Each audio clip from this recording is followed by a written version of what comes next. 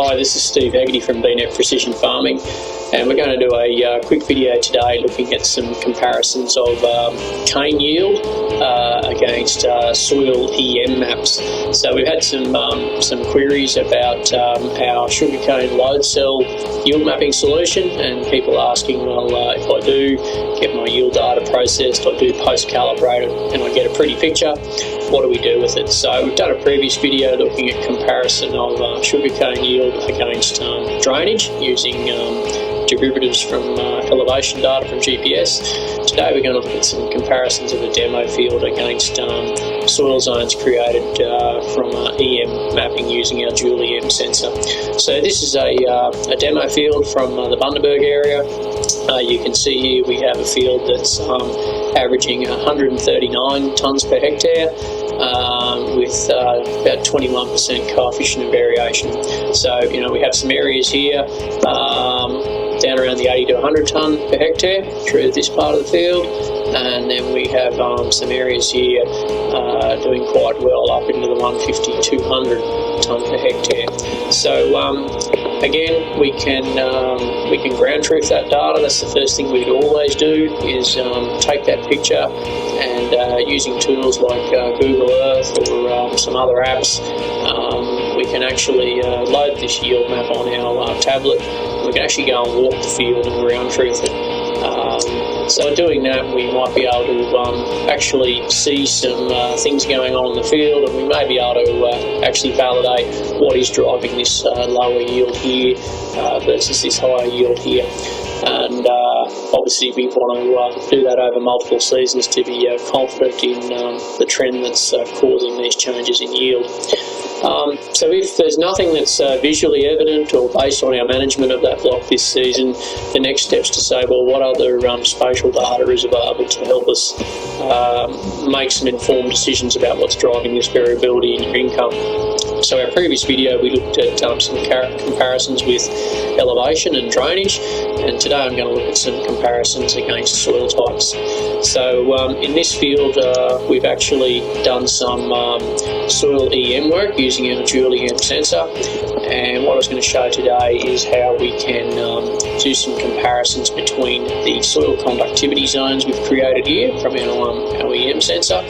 So in this case, it's our deep conductivity depth that we've surveyed, 0 to 125. You can see here that we've got some areas here in the blue zone that have a conductivity or ECA value of 50 to 60 versus these areas over here where we have a conductivity value around about 1/3 of that, around about an ECA of 20.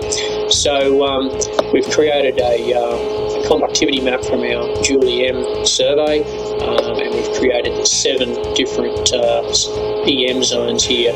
So the low zone has an average conductivity or ECA reading from our sensor of about 19 versus the high conductivity zones have an average of about 50. So what we've done, we've dropped our post-calibrated yield map over the top of that. Sitting behind that image on 5 metre grids are all the yield values that we've taken off our load cell, one reading every second.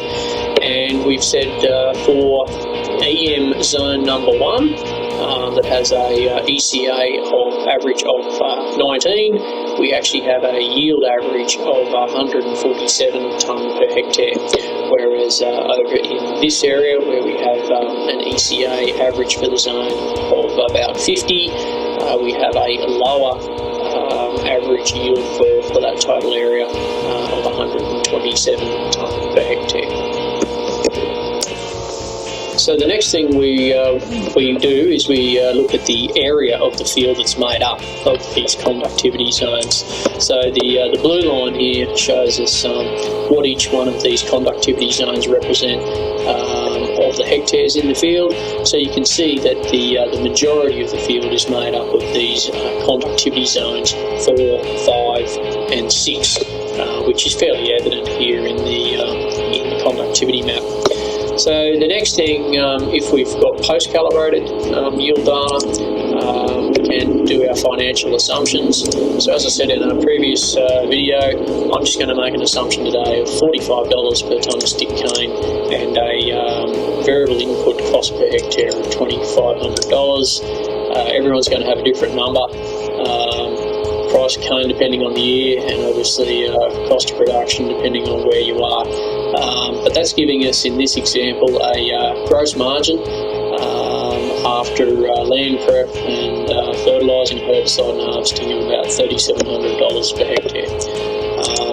So what we can do is turn those yield numbers now into some financials. We've now turned our yield map into a gross margin map, and based on those hypothetical numbers I just put in, you can see that the majority of the field here, through these conductivity zones 4, 5 and 6, have a gross margin varying anywhere from $3,300 to nearly $4,000 per hectare.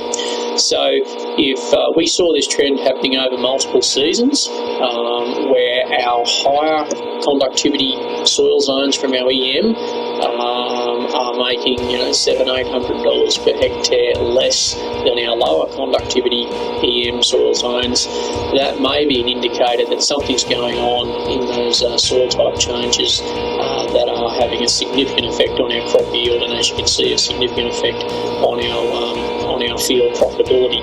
So the next step would be, if you saw this trend happening over a couple of seasons, it wasn't just an anomaly, we would actually go and do some site-specific management of those soil EM zones. So it may be that you want to do some amelioration with lime or gypsum in some of those soils, or maybe a different nutritional program. So hopefully this shows you how you can use post-calibrated yield data to do some financial analysis, and then have some confidence in the possible return on investment from prescription management of your crop inputs. So if you've got any questions, feel free to contact any of the team at Vanderfield, and we can run through some of these scenarios. Thanks for your time.